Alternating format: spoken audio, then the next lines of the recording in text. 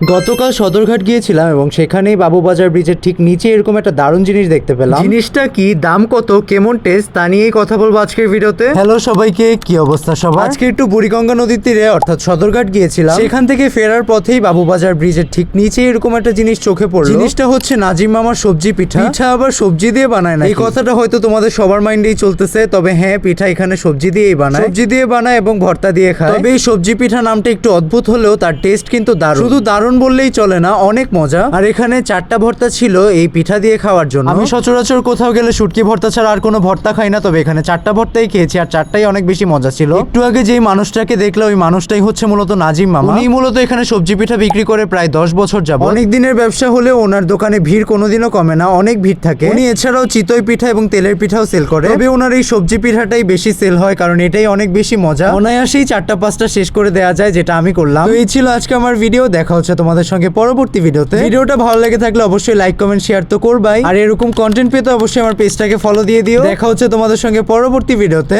আপাতত আল্লাহ হাফেজ।